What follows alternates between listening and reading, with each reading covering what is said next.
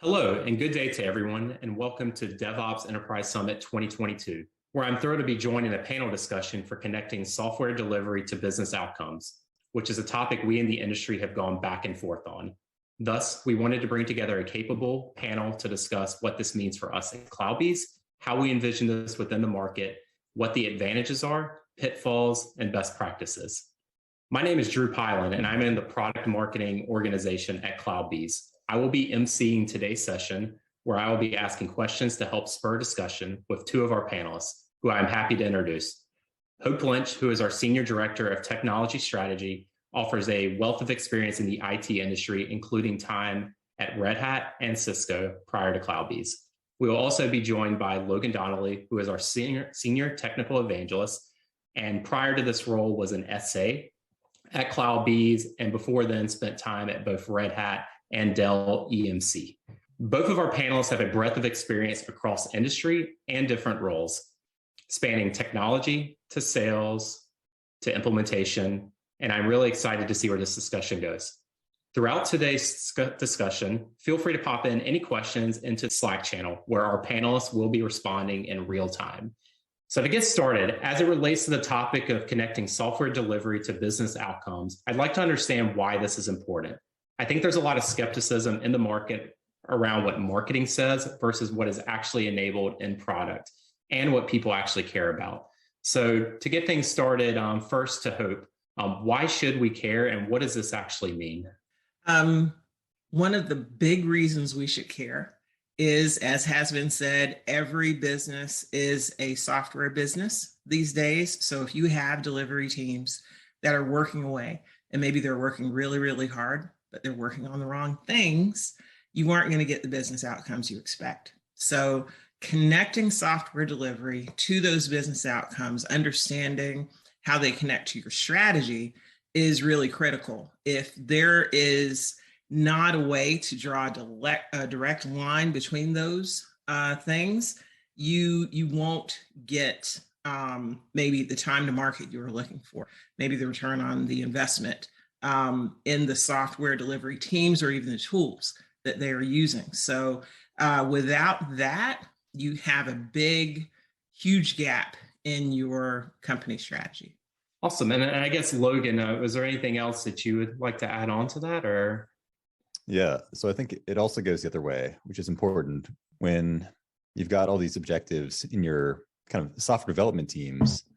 If you actually want to get funding for these types of projects, it's important to be able to tie them to those business outcomes, because obviously the business cares most about how do we keep getting more profit by delivering things to our customers.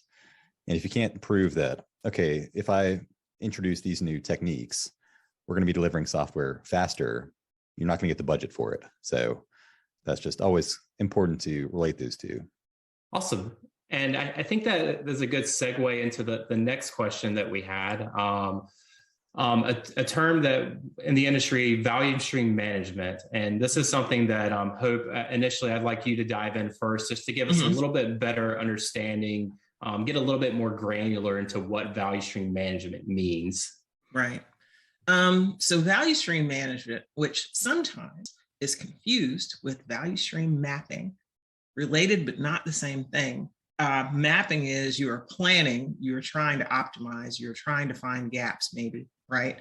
But management is the active work that a person or teams do to optimize that value stream and making sure that they have the visibility end to end.